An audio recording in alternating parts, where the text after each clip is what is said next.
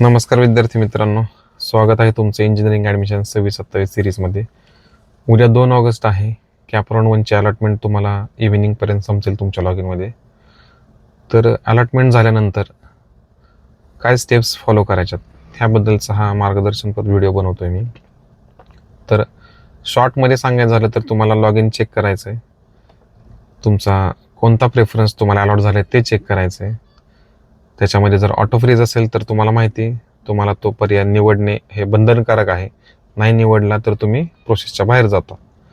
दुसरा पर्याय आहे सेल्फ फ्रीजचा, म्हणजे कॅपराउंड 1साठी अदर दॅन फर्स्ट प्रेफरन्स जर तुम्हाला सीट मिळाले असेल आणि जर तुम्हाला ते सीट योग्य वाटत असेल तर तुम्ही ते सीट ॲक्सेप्ट करू शकता, म्हणजे सेल्फ फ्रीज करू शकता.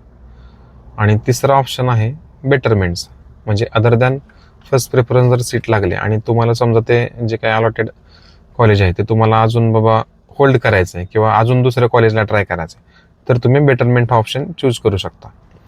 तर ही झाली मेन 3 ऑप्शन्सचे डिटेल्स. म्हणजे शॉर्टमध्ये सांगतोय मी तुम्हाला की ऑटो फ्रीज, सेल्फ फ्रीज आणि बेटरमेंट हे 3 ऑप्शन तुम्हाला आता निवडायचे आहेत उद्या लिस्ट लागल्यानंतर.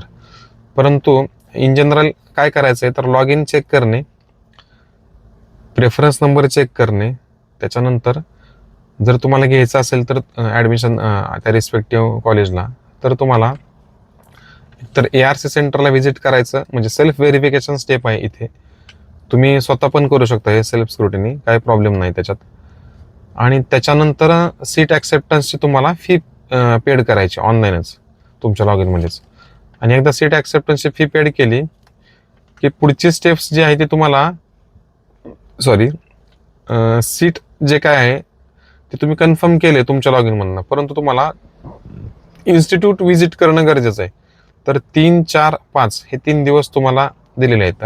3 ऑगस्ट ते 5 ऑगस्ट या 3 दिवसात तुम्हाला त्या रिस्पेक्टिव्ह इन्स्टिट्यूटला जाऊन तिथं seat acceptance through college log in तुम्हाला करणं गरजेचं आहे. हे तुम्ही ज्या वेळेला करचाल त्यावेळेला तुमची प्रोसेस जी आहे ती एंड झाली, म्हणजे तुम्ही बाबा कॉलेज लॉग इनमधनं सुद्धा सीट ॲक्सेप्टन्स केलं, इथं तुमची प्रोसेस जी आहे ती संपते.